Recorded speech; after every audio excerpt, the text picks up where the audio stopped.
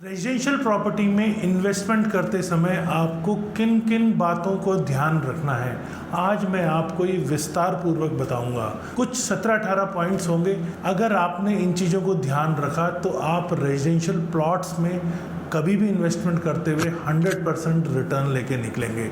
तो इन पॉइंट्स को ध्यान से सुनिएगा, क्योंकि एक एक पॉइंट आपकी जेब पर फर्क डालने वाला है।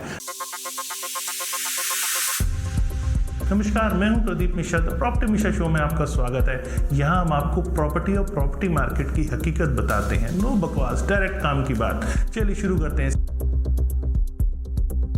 रेजिडेंशियल प्लॉट में अगर आप इन्वेस्टमेंट करने जा रहे हैं तो सबसे पहले आपको लोकेशन ध्यान में रखना है। लोकेशन रेजिडेंशियल प्लॉट की ऐसी हो कि जहां पर हमेशा वो वेल कनेक्टेड हो, उसके आसपास में इंफ्रास्ट्रक्चर डेवलपमेंट हो और वहां फ्यूचर में connectivity wise, location wise future में वैल्यू अप्रिशिएट हो सकती हो। ये सबसे इंपॉर्टेंट है, क्योंकि प्रॉपर्टी के अंदर 3 एस्पेक्ट होते हैं। सबसे इंपॉर्टेंट लोकेशन, लोकेशन और लोकेशन।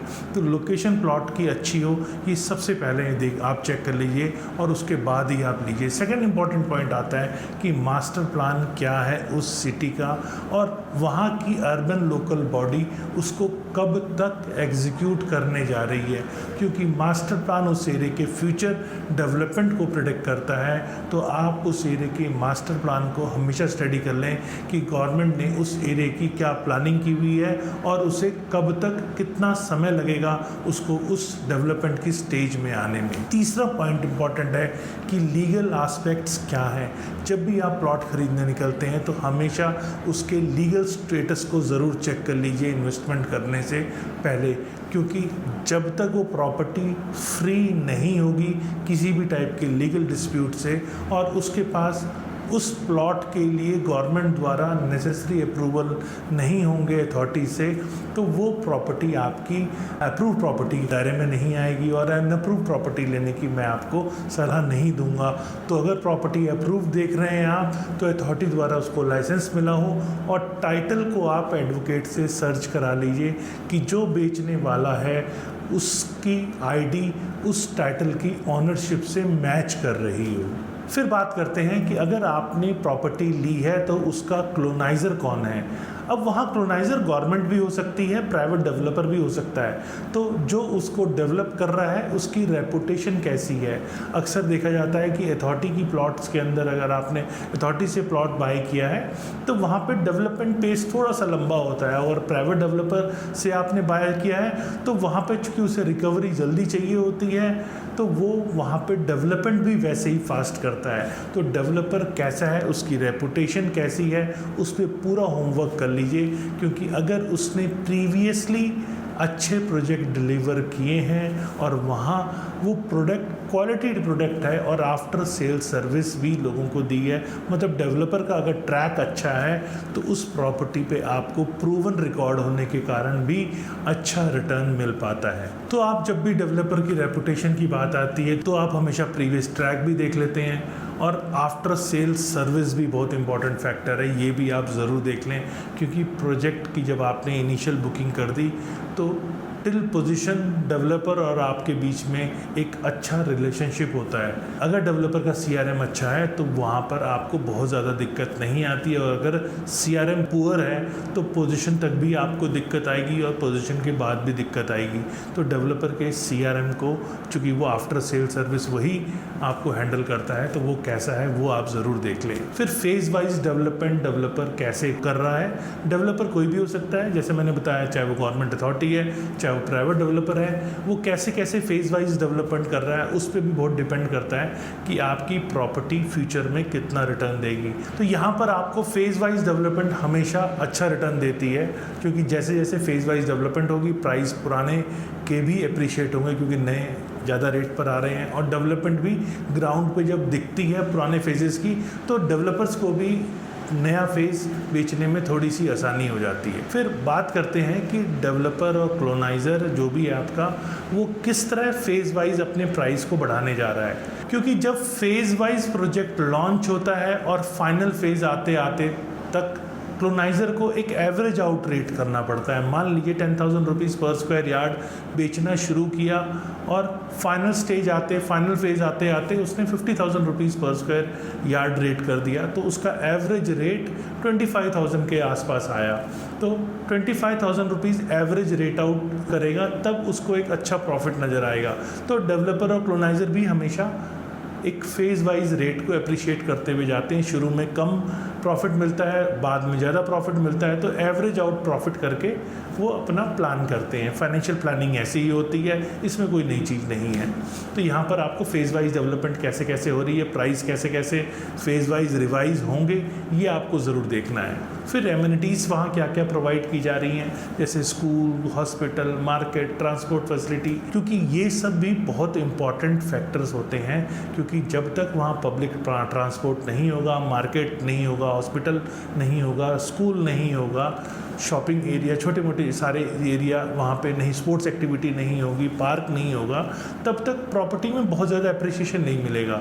क्योंकि एंड यूज़र्स नहीं आएंगे, तो एंड यूज़र्स तभी आएंगे जब उनको वहाँ रहने वालों को सारी सुविधाएं मिलेंगी।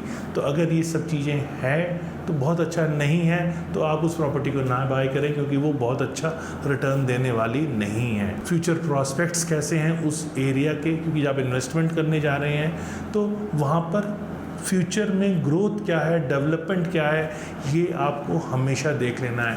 और पुराने डाटास क्या बोल रहे हैं वो भी आपको देखना है, क्योंकि डाटास पे ही आपको पता लगेगा कि फ्यूचर में क्या प्रेडिक्शन है, प्रॉपर्टी के प्राइसेस कहाँ तक जाने वाले हैं।